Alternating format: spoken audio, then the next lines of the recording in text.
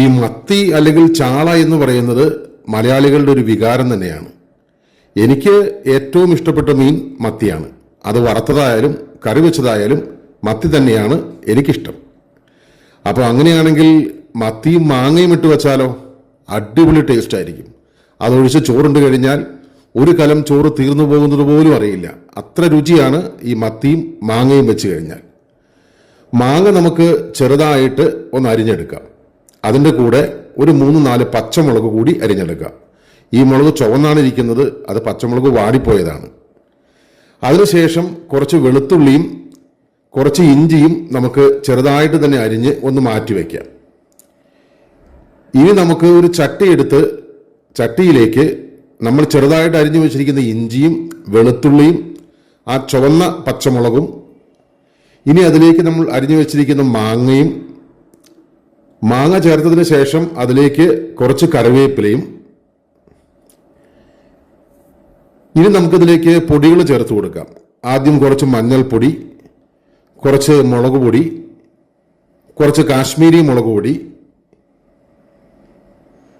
ഇനി ആവശ്യത്തിന് ഉപ്പ്, ഇത്രയും ചേർത്ത് പാകത്തിന് ഒന്ന് വെള്ളമൊഴിച്ചതിന് ശേഷം ഒന്ന് ഇളക്കി നമുക്കൊന്ന് അടച്ചു വെച്ച് നന്നായിട്ടൊന്ന് വേവിക്കുവാനായിട്ട് അല്ലെങ്കിൽ ഒന്ന് തിളപ്പിക്കുവാനായിട്ട് വെക്കാം. ഇതേ സമയത്ത് ഒരു മിക്സിയുടെ ജാറെടുത്ത് ജാറിലേക്ക് കുറച്ച് തേങ്ങ ചിരകിയതും ഒരു 5-6 ചെറിയ ഉള്ളിയും കുറച്ച് മുളക് പൊടിയും കുറച്ച് മഞ്ഞൾപ്പൊടിയും ഒരു ലേശം വെള്ളവും ചേർത്ത് നന്നായിട്ടൊന്ന് അരച്ചെടുത്ത് തിളച്ചു വന്നിരിക്കുന്ന ഈ മാങ്ങയിലേക്ക് നമുക്ക് അത് ചേർത്ത് കൊടുക്കാം.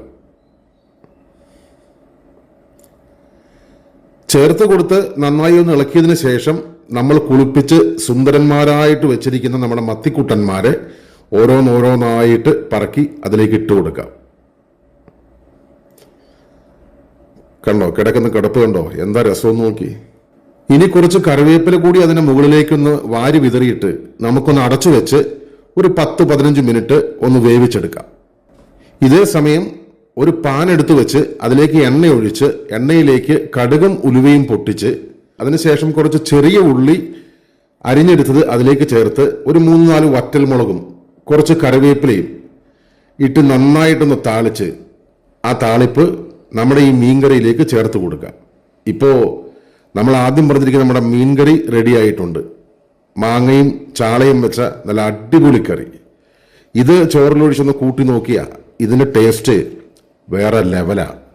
എല്ലാവരും ഇത് വീട്ടിലൊന്ന് ഉണ്ടാക്കി നോക്കണം. എല്ലാവർക്കും ഇഷ്ടപ്പെടും, ഉറപ്പാണ്. ഉണ്ടാക്കിയതിന് ശേഷം ഒന്ന് കമൻറ്റ് ചെയ്യണം. ദേ സംഭവം അടിപൊളിയാട്ടോ.